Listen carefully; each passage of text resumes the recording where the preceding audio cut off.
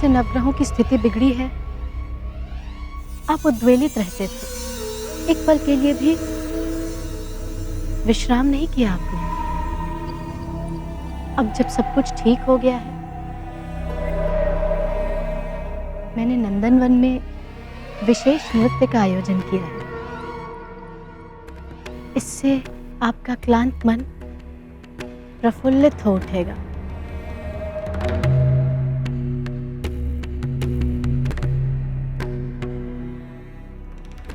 बहुत ध्यान रखती हो ना मेरा।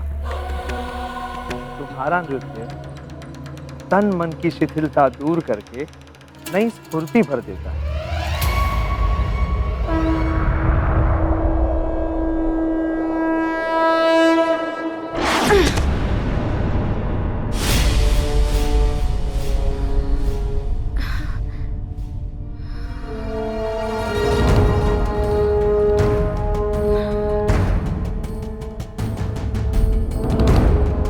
इस दिव्य द्वार पर तो कोई भी नहीं है।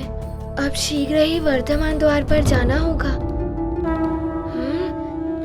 या! तो चले नंदन।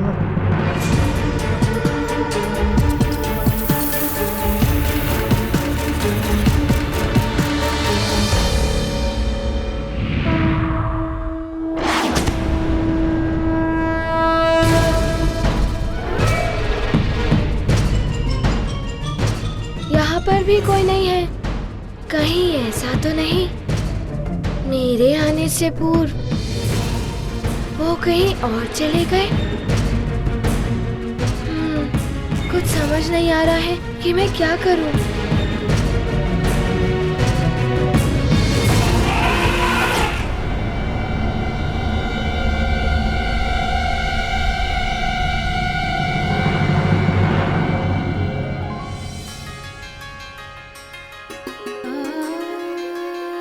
ऐरावत, गजराज, ऐरावत!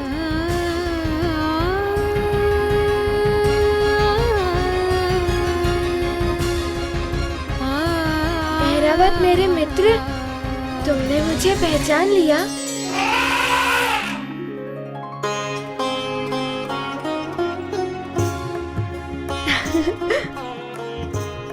ऐरावत मित्र, मैं स्वर्ग में अपनी माँ को ले जाने के लिए आया हूँ, किंतु देवराज की अनुमति के बिना मैं उन्हें ले जा नहीं सकता। तुम्हारी चिंगार सुनकर मुझे लगा कि देवराज तुम्हारे साथ ही होंगे। ऐरावत, यहाँ के नियम तो बड़े ही कठोर हैं।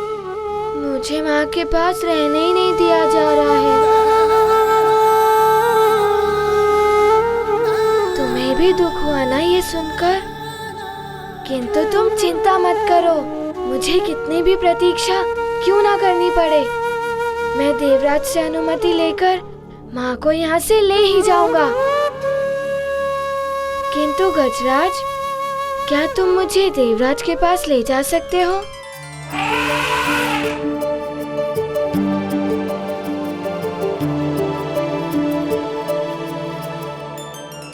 सूंड पर से बैठूं या सीधे ही? हाँ?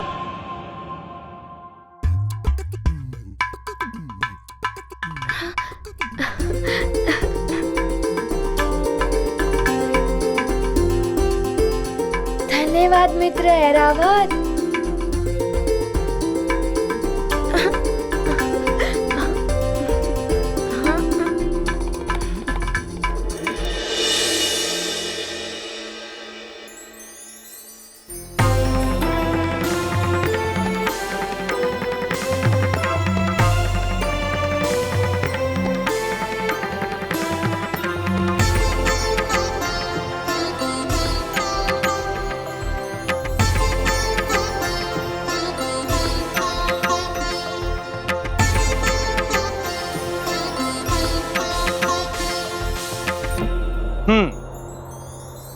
लगता है सच में तुमने विशेष नृत्य का आयोजन किया है मेरे लिए।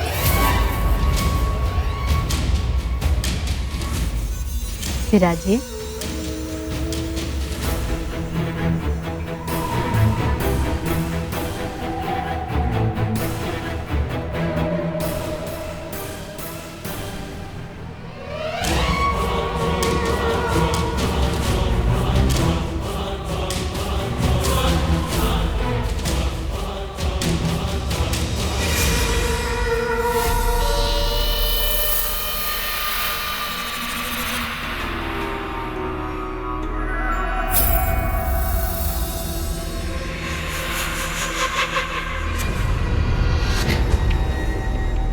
नृत्य तो विशेष है देवराज, किंतु इस विशेष नृत्य के बीच कोई व्यवधान ना आए, ऐसी व्यवस्था करनी होगी आपको। अवश्य।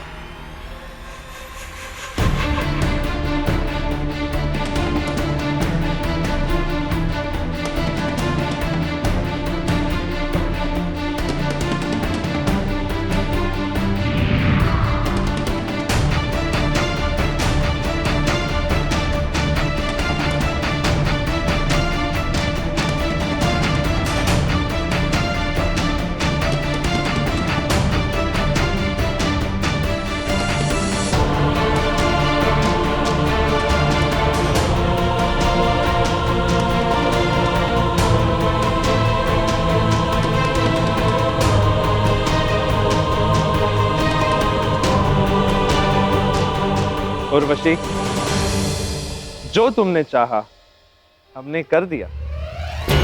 चलायमान हो गया है अब ये पूरा नंदन वन, एक स्थान से दूसरे स्थान पर भ्रमण करता रहे। अब हमारे मनोरंजन में कोई भी बाधा नहीं बन सकती। किंतु देवराज, यदि किसी को ज्ञात हो गया कि हम कहाँ हैं और वो विघ्न डालने आ गया तो? अब ये कोई नहीं जान सकता उर्वशी। मात्र मेरे सिंहासन पर बैठकर ये ज्ञात हो सकता है कि इस समय नंदनवन कहाँ है, और मेरे सिंहासन पर तो केवल मैं ही बैठ सकता हूं, स्वयं देवराज इंद्र, जो इस समय तुम्हारे समक्ष है। उर्वशी, शीघ्र ही अपना नृत्य आरंभ करो।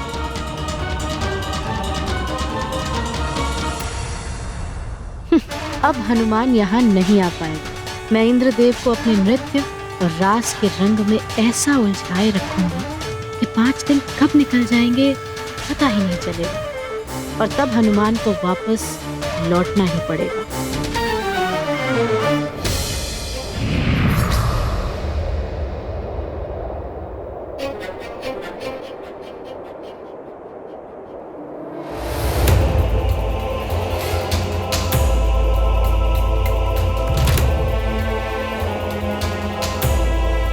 सूर्यदेव तो अस्ताचल की ओर जा रहे हैं और चंद्रदेव तो उदय होने को हैं। क्या करूं? ए मित्र ऐरावत, शीघ्र चलो ना। यदि दूसरा दिवस भी निकल गया तो मात्र 3 दिवस ही बचेंगे, किंतु मुझे माँ को ले जाने के लिए उनकी अनुमति भी लेनी है। जब तक तुम मेरे साथ हो, मुझे आशा है कि तुम हो तो मेरी देवराज इंद्र से शीघ्र भेंट होगी।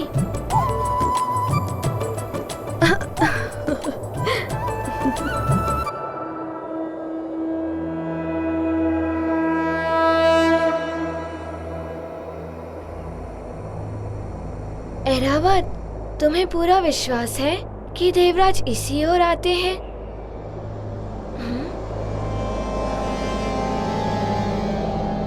किंतु यहाँ तो कुछ दिखाई भी नहीं दे रहा है।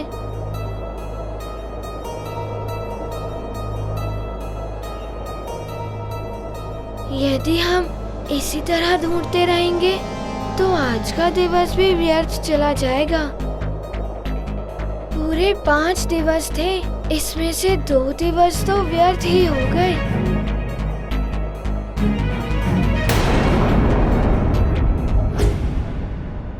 क्या हुआ ऐरावत मित्र, रुक क्यों गए? क्या आप बता सकते हैं देवराज इंद्र कहाँ हैं? देवराज अभी जिस स्थान पर हैं, वो चलायमान रहता है, देवराज की इच्छा अनुसार अपना स्थान परिवर्तित करता रहता है। तुम उन तक नहीं पहुंच पाओगे। अगर उन तक पहुंचना है तो सीधे राजभवन चले जाइए। वो जब भी स्वर्ग लौटते हैं एक बार राजभवन अवश्य जाते हैं।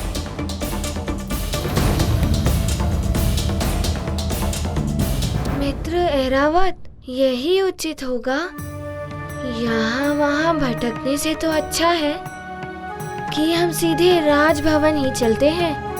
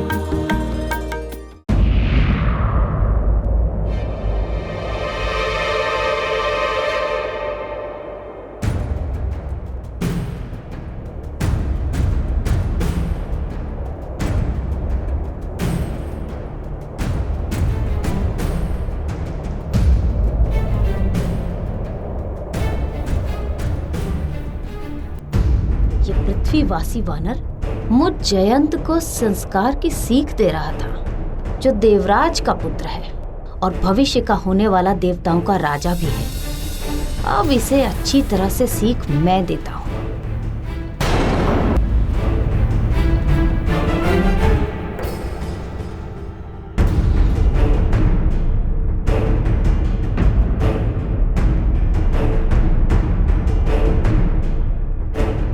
ऐरावत, रुक जाओ। जयंत भैया, देवराज जी आए हैं क्या?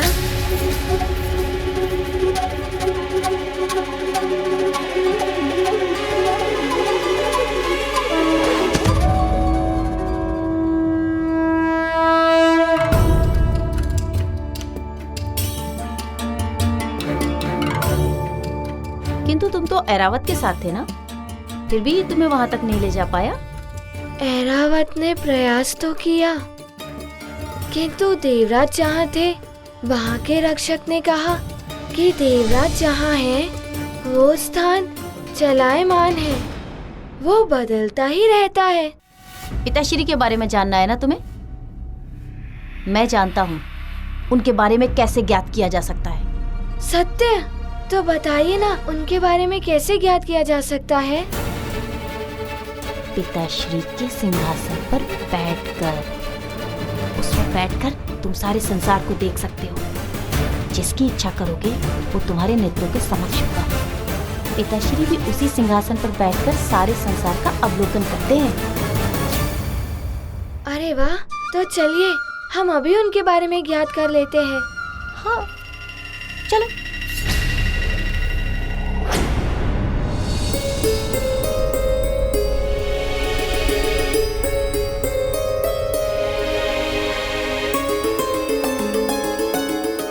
मुझे अविलंब उनके पास जाना चाहिए।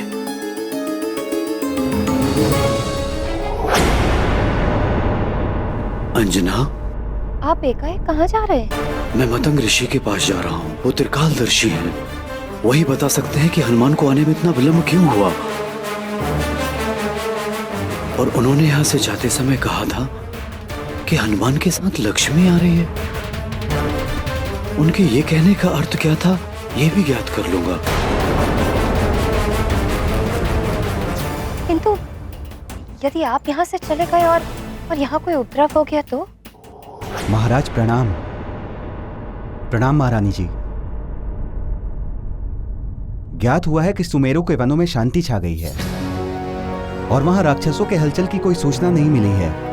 ऐसा लगता है कि जैसे सारे राक्षस वापस लौट गए हैं। अब सुमेरु पर राक्षसों का संकट दिखाई नहीं पड़ता। मंत्री जी,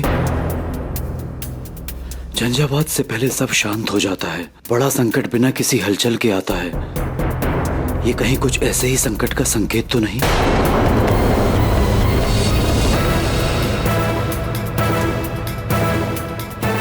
जो भी हो, मेरे समस्त प्रश्नों का उत्तर मतंग ऋषि ही दे सकते हैं। मुझे बिना किसी विलंब उनसे मिलने जाना ही होगा।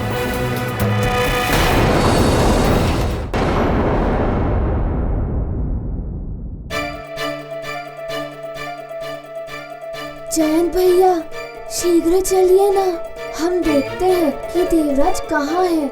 हनुमान, मैं तो देवसभा में जा सकता हूँ, किंतु ये रक्षक तुम्हें नहीं जाने देंगे। वो आप मुझ पर छोड़ दीजिए, आप जाइए, मैं वहाँ स्वयं आ जाऊंगा।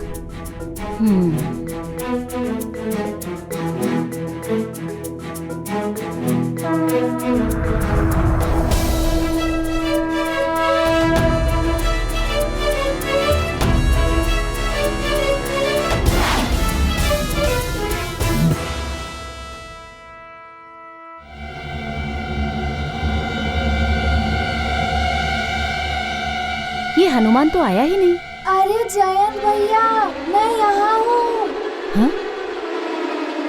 अरे यहाँ, सिंहासन के समीप।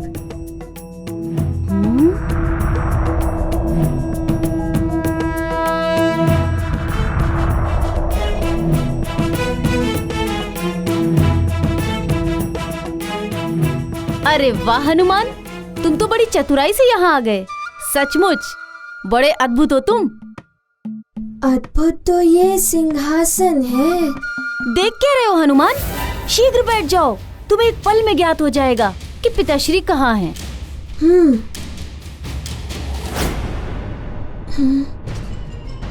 कहीं ऐसा तो नहीं कि देवराज के सिंहासन पर उनकी अनुमति के बिना बैठकर मैं कुछ अनुचित कर रहा हूँ।